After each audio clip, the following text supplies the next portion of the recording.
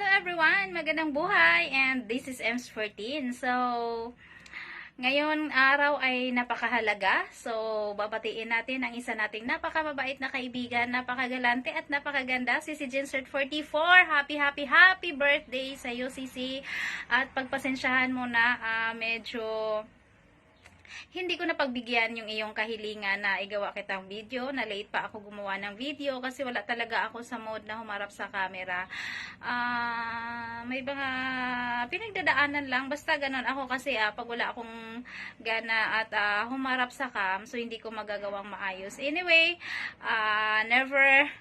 it's better late than never, diba? So, happy birthday, Sisi. Thank you so much sa friendship. Thank you so much sa support. At ako'y nandito lang nakasupport. Ayan, pagpasensyahan nyo. Minsan, non-showing din ako.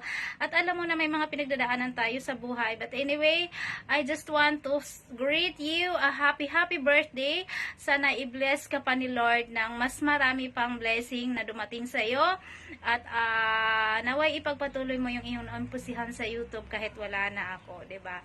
Salamat sa friendship, salamat sa support, more power to your channel also, and sa mga nasimulan mo sa kahit saan mang platform, mapa Facebook, mapa Popo, at sa lahat pa. Nandito lang ako. Pagpasensyahan nyo na kung minsan ay non-showing ako. Happy birthday, Sisi. God bless you and keep safe always at laban lang, sabi nga nila. So, yun! Happy birthday! Cheers! God bless! Thank you! Yan. So, today guys, meron tayong babatiin na napakabuting kaibigan sa mundo ng writing. So, nandito ako ngayon para batiin kasi si Love, si James Hart, 44. Magbe-birthday ka daw. Kaya, pasensya ka na sa aking mga background. No? Diba? Mga sasakyan na nasa likuran ko. Nandito ako kasi ngayon sa pwesto namin, sa mga dabarkads ko dito sa Hong Kong.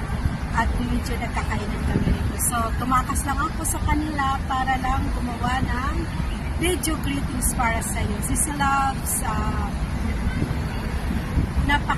isa ka sa very supportive sa akin, and napakabuti kaibigan ko rin. And thank you kasi nag-meet na tayo. Sa kunting panahon na nagkita tayo, nagkasama, nagkaroon tayo ng personal na pag-iusap about sa life natin. So, thank you kasi naging mabuti kaibigan kita. Magkakaroon tayo ng kwentuhan sa mga nangyayari sa buhay natin. Tinitration ko yun.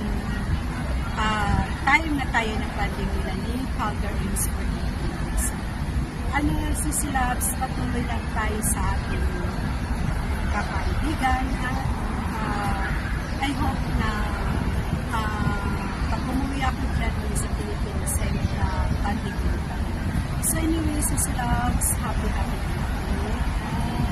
Enjoy your day at saka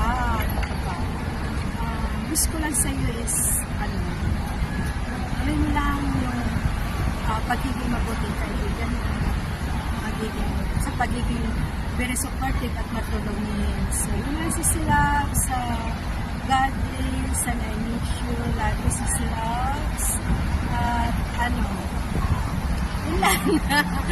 So happy birthday again once again and love you, miss you. Ayan, hello Sisi Jensart. Ayan, happy birthday. Ayan, sana masaya ka ngayong iyong kaarawan. No more dramas and no more problems in life. Enjoy your life lang, Sisi. And yung mga problema hindi naman yun mawawala, pero laban lang. Ayan, laban lang, stay pretty. Ayan, monetize na tayo. So kailangan ay happy lang para yung ating earnings ay happy din. O, diba? So, marami tayong pwedeng maging positive side sa ating buhay, maging positive lang tayo palagi para happy yung bumabalik sa atin ng mga happening sa ating buhay.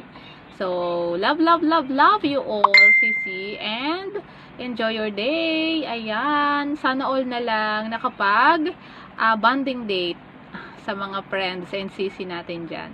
Ayun lang. And happy birthday. So, hope you're happy now kasi nagkita-kita na kayo na Ate Memen.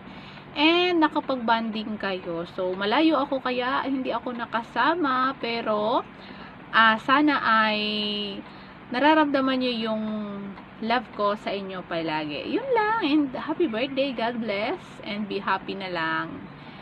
Thank you.